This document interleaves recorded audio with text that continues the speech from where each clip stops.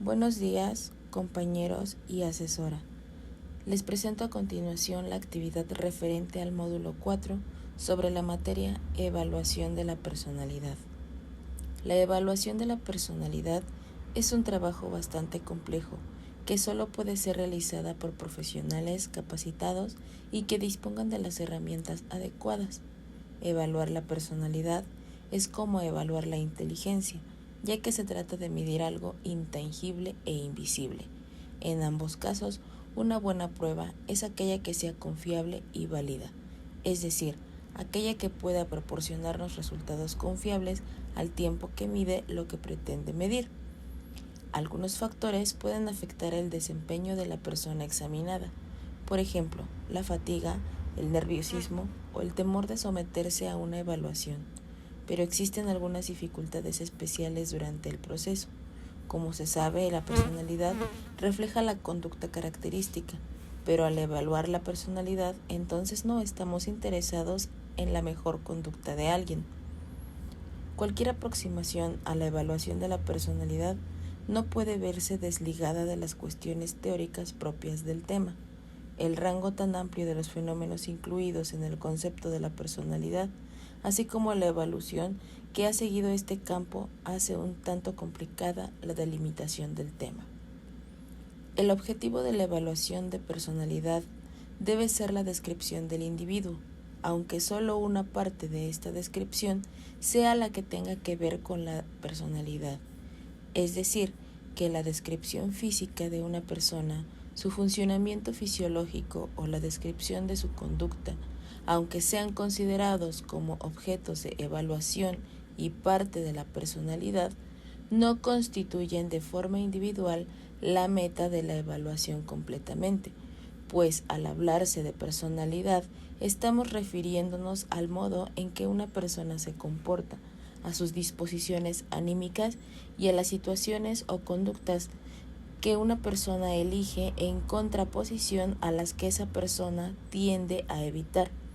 Por lo tanto, como conceptos básicos de la personalidad son aptitudinales, temperamentales, motivacionales, de actitudes y de intereses que configuran las variables que en interacción con el resto del ambiente se obtenga la conducta individual.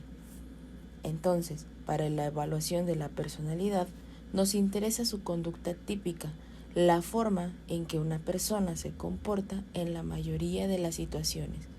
Para lograrlo, los psicólogos usan 4 herramientas básicas. La entrevista, que es una conversación con el propósito de obtener información de la persona. Esta puede ser estructurada o no estructurada. La observación directa es una técnica común y natural de averiguar sobre el comportamiento de una persona, aunque esto suele funcionar más en niños, ya que una persona adulta se muestra consciente de sí misma ante la mirada de los demás.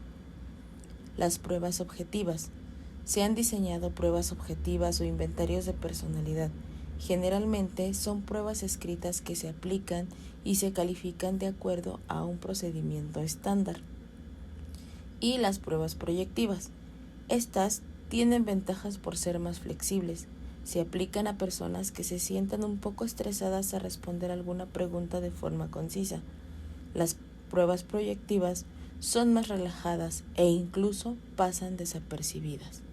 Por tanto, para realizar una evaluación de la personalidad, es necesario tener una teoría adecuada y una experiencia tutorizada.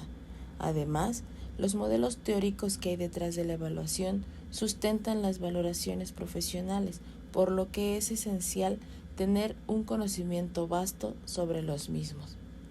En cuanto a la interpretación, las pruebas nos dan un perfil de personalidad, pero no existe una relación literal entre este perfil y un patrón de comportamientos concreto. Por ejemplo, todas las personas que tienen un perfil de extroversión no tienen que actuar de la misma manera. Una fase importante en el desarrollo del estudio y la evaluación de la personalidad tiene que ver por el auge de los estudios factorialistas. Actualmente, la personalidad se ha convertido en un objeto de ciencia a través del estudio de las dimensiones y la utilización de métodos cuantitativos. La característica de esta etapa es la consideración de la personalidad en términos de un conjunto, es decir, rasgos o tipos. Estos rasgos se pueden cuantificar, son graduables y permiten analizar las diferencias individuales en las personas. El problema surge en el número de rasgos o dimensiones que deben ser considerados y la explicación de sus manifestaciones conductuales.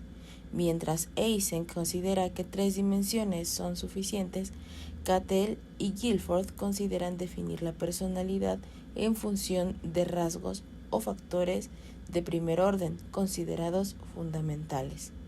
Estas diferencias dan pie a los instrumentos de evaluación más conocidos, como el 16PF, el EPI y el EPQ.